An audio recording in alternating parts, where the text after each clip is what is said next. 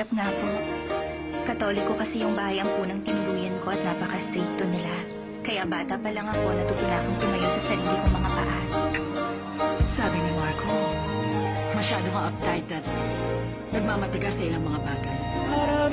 Pero alam mo, may gutom akong magkikita pa ulit tayo. Ang gara talaga ng office mo. Ihahatid ko na po siya. Mag-ingat ka. Sige po. Importante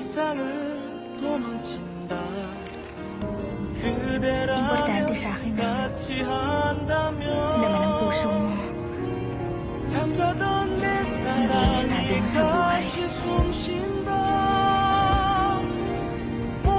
In that case, wala tayong problema. Dahil sure ako sa feelings ko. Pasensya na kayo, nagtatrabaho kasi kumamit ng bahay, sorry. Huwag ka mag-alala. Ako ngayon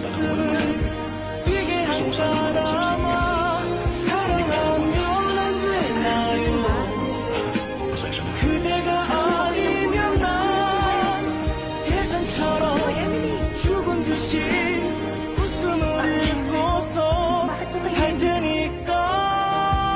Bakit ka ba ginabi? Kanina ka pa. Welcome, sir. Buti na padalaw ulit kayo. Kumusta na kayo? Tinawagan po ako ni Chairman. Naghahanap ba kayo ng singsing? Oo. Doon po tayo. Simpleng babae lang kasi siya. Gusto ko, simple lang din na ibigay ko sa kanya.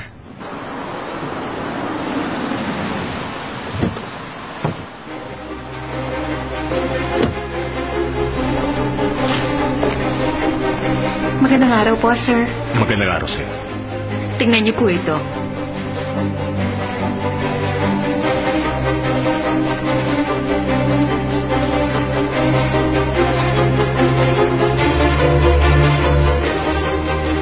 Kukunin ko to. Ano pong size niya? Siguro mga size 6. May inihanda na po kaming size 6 para sa inyo. Doon po tayo sa itaas, sir. Heto na po, sir. Maraming salamat.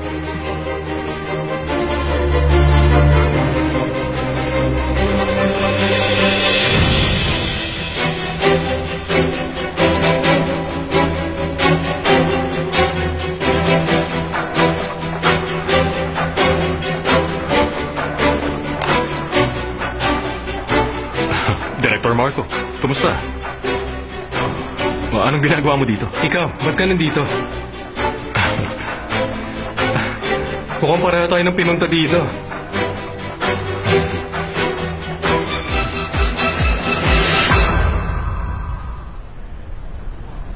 Di ba bibili ka ng regalo? Oo, pero di ko alam kung kailan ko ibibigay. Gusto ko lang bilhin in advance. May girlfriend ka ba ngayon? Oo, ganun na nga. Mukhang gustong gusto mo siya. Oo, gusto ko talaga siya. Mukhang meron ka ring special someone ngayon Oo. At mahal na mahal ko siya. Well, congratulations. Para ako isang fan na sumusunod sa kanya. Hindi ko akalain ganun pala ako. Pero hindi ko talaga mapigilan. Naintriga tuloy ako kung sino siya. Napaka-inosente niya. Pero hindi siya nahihiyang magsabi ng mga iniisip niya. Ayaw din niya ng mga formalities. Hindi naman siya mahirap mahalin. At masaya ako kapag kasama siya. Kamusta naman ang girlfriend mo? Magkwento ka naman tungkol sa kanya. Ang pangkaraniwan lang siya, pero mapagmahal. Honest siya at napaka down to earth. Komportable ako kapag kasama ko siya.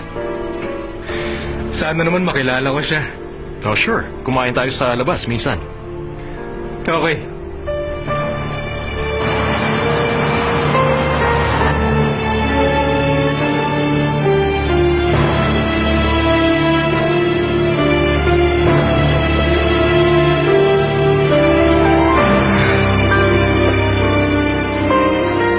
Ito ang listahan ng mga estudyante.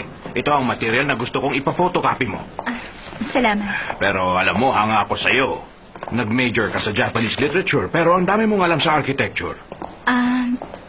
Alam niyo kasi, architect ang papa ko nung nabubuhay pa siya. Kaya pala. Kaya architecture naging minor ko. May silbi pala to ngayon. Mabuti naman. Okay. Ito yung classroom mo. So, paano? Good luck sa'yo. Salamat po.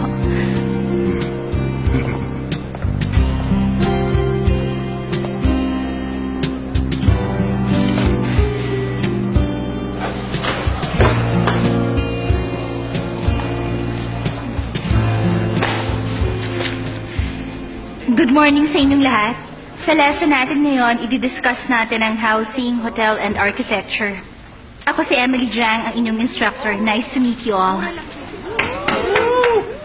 Ganda naman niya. Base sa mga materyales sa harapan nyo, simple lang talaga ang konsepto nito.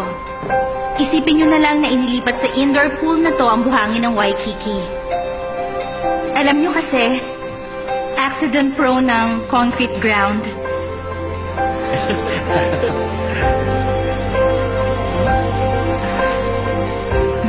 Pero tatabunan na ng buhangin ng mga problemang ito, kaya... Akin yun. Hello? Teka lang Okay. Tapos na tayo dito. Naiintindihan ko kayong lahat. Hindi ko rin gustong ipabasa sa inyo ang lectures na to. Kahit ako, hindi ko rin ito babasahin. Kung bibigyan ako ng choice. Lalo na yung mga technical terms.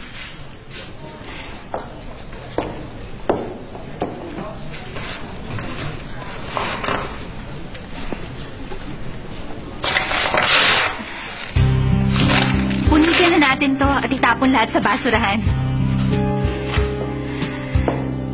Sino bang may pakialam dito? Ito ang gusto kong ituro sa inyo.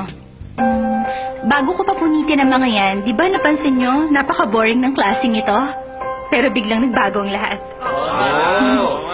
Ito pa ang isang halimbawa.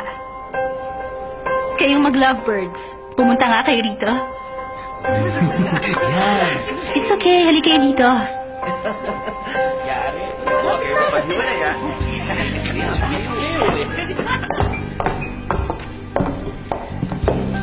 Nakita ko kayo kanina.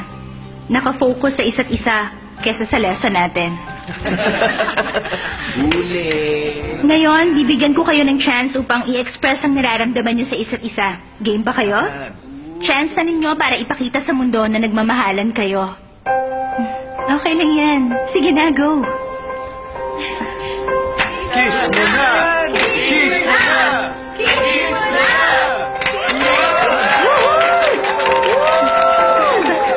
Maraming salamat. Pagkatapos ng kiss nilang dalawa, di ba naging romantic place ang classroom natin? Nag-iiba ang mood ng isang lokasyon dahil sa paraan ng pagtingin natin dito. Yun ang puntong gusto kong ituro sa inyo at sana naiintindihan nyo. Okay? Tapos na ang lesson natin ngayon. Ito na siguro ang una at huling lecture ko sa inyo. Sana marami pa tayong mapag-usapan pero wala na tayong oras. Maraming salamat sa pakikinig nyo sa lecture ko. Have a great day to all. Maraming salamat.